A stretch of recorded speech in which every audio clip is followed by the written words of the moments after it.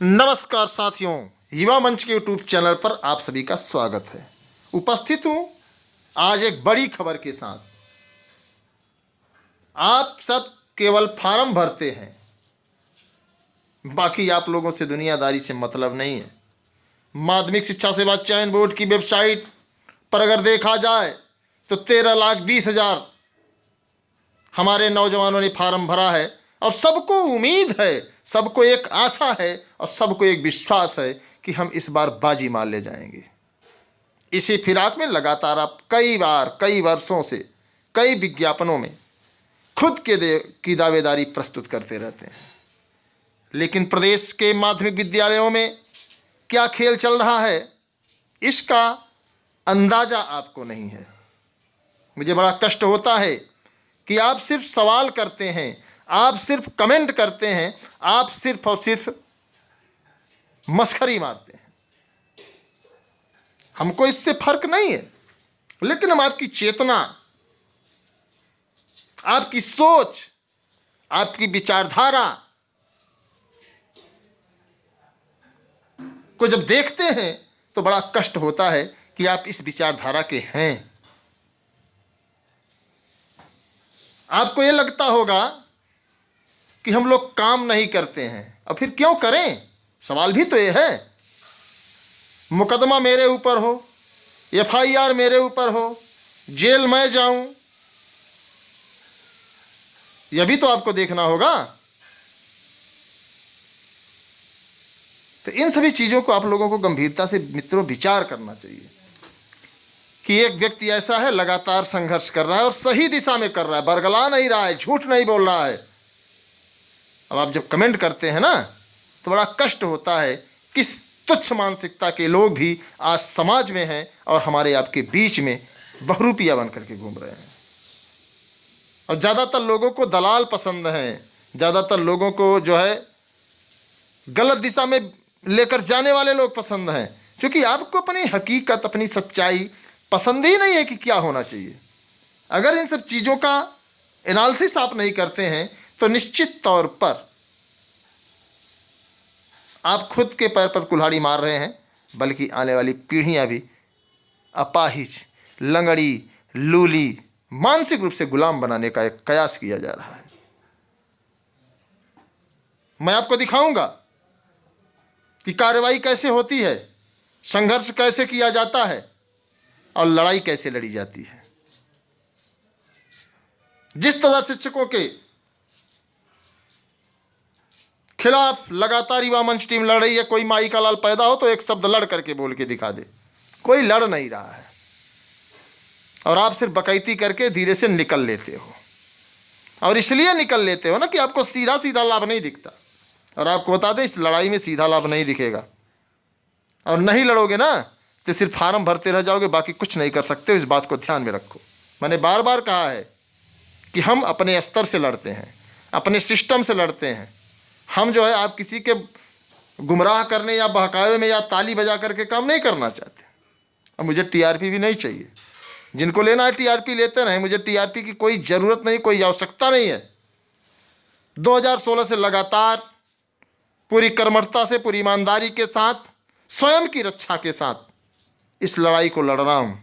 और ऐसे राक्षसों से लड़ रहा हूँ ना कि आपकी औकात नहीं कि उनसे बात कर सकें।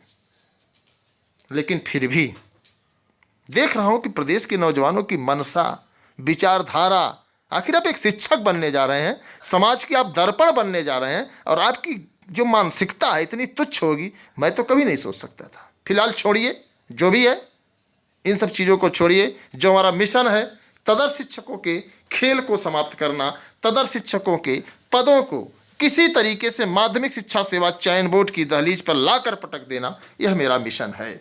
और इस मिशन में मैं लगातार लगा हूँ।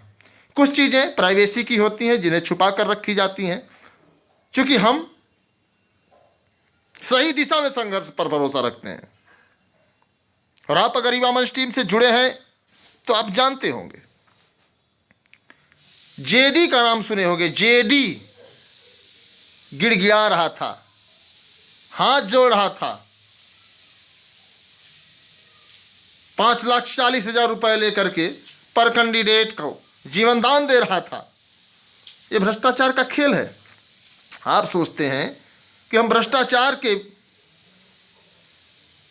पालन पोषण करने वाले को हम आगे बढ़ाएंगे, दलाली करने वाले लोगों के साथ कंधा से कंधा मिलाकर जिंदाबाद का नारा लगाएंगे। लगाओ यार, मेरा क्या जाएगा। आप भी सोचते होगे कि हो सकता है कि दलाली करने से मेरा भी उद्धार हो जाए। बिल्कुल दलाली करिए, बिल्कुल दलालों के साथ रहिए। अगर आपकी मानसिकता इस तरीके की है तो आप युवा मंच टीम से थोड़ा सा दूरी बनाकर रखें। भ्रष्टाचार के खिलाफ कोई माई का लाल बोलता है क्या? अन्याय के खिलाफ कोई बोलता है क्या? खुद सोचिए। आज आपकी बारी नहीं है, आपकी बारी आएगी तो आप क्या करोगे?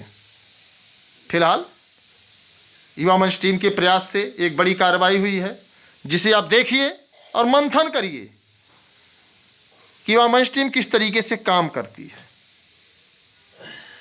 जेडी पर गिर गई गाज। अब भ्रष्टाचार का ऐसा अंदाज आप देख सकते हैं किस तरीके से। मैं पूरा लेटर दिखाऊंगा, नोटिस है, ऐसा नहीं कि मैं हवा में बात करता हूं। तो आप देखिए और तदर्थ शिक्षकों के खेल का सार भी बताऊंगा। बड़ी कार्रवाई हुई है और पूरी पोल खुल गई है। क्या है मामला, देखिए। उसको देखने से पहले मैं आप लोगों से चाहूँगा, आप लोग वीडियो को अधिक से अधिक शेयर कर दीजिए, लाइक कर दीजिए। अगर आपकी मर्जी है तो 14 लाख जो आपकी संख्या है, आइए इस लड़ाई में कुछ तो योगदान दीजिए यार।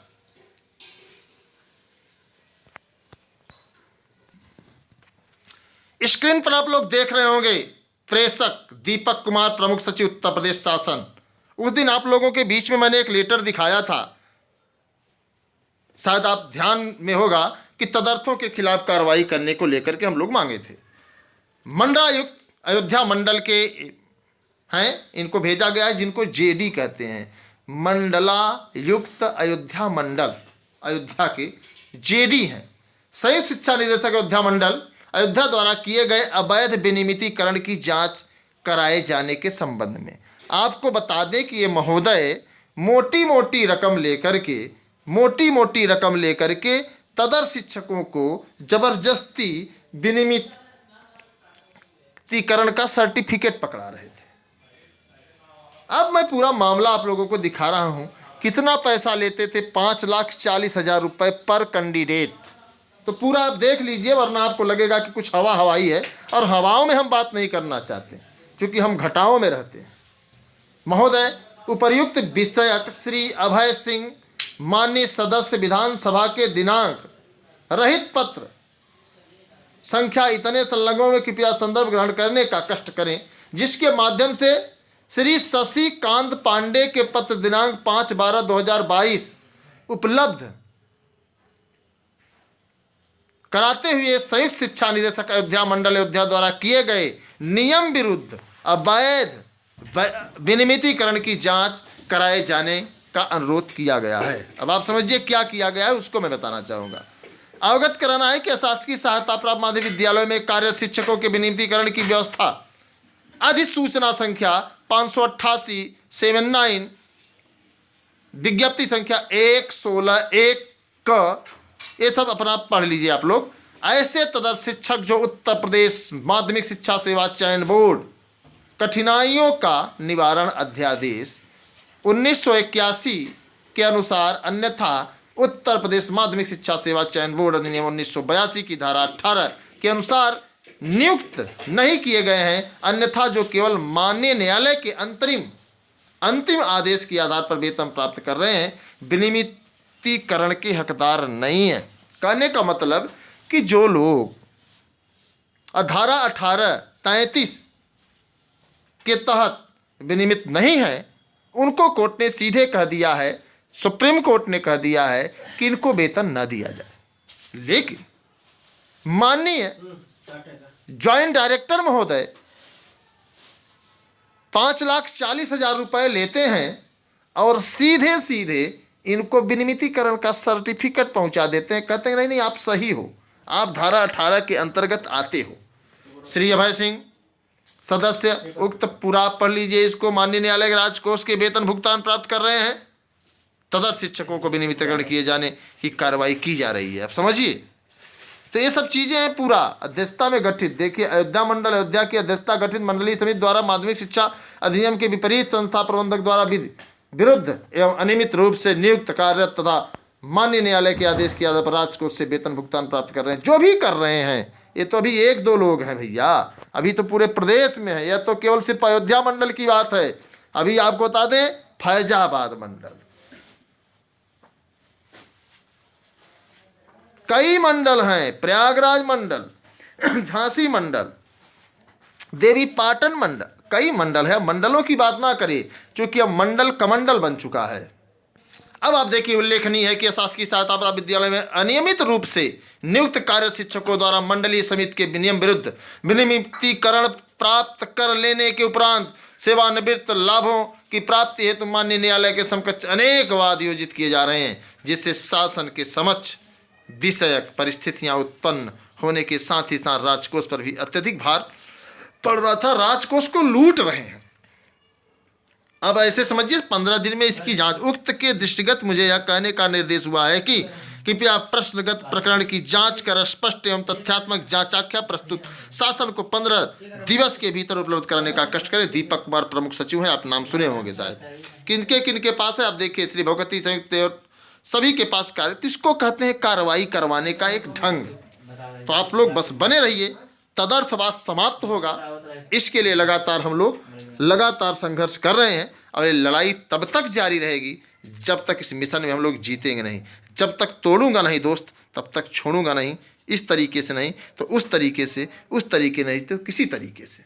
बाकी आप लोग जो भी कर रहे हैं हमारी शुभकामनाएं हैं कि आप बरकत करिए और जो कर रहे हैं उसमें आपकी प्रगति हो। तो इसी के साथ सभी साथियों को बहुत बहुत धन्यवाद। उम्मीद करता हूं कि आपको ये वीडियो जरूर प्रेरणादायी होगा और कैसे संघर्ष किया जाता है आपको एक सही तरीका बताने वाला होगा। तो वीडियो को शेयर करिए, लाइक करिए। अगर आपको लगता है कि चैनल से जुड़ें तो आप चैनल को सब्सक्राइब करके बेल आइकन दबा लीजिए ताकि आपको नोटिफिकेशन पहुंच जाए। इसी के साथ सभी साथियों को धन्यवाद, नमस्कार। मैं आपके संघर्षों का साथी अनिल सिंह।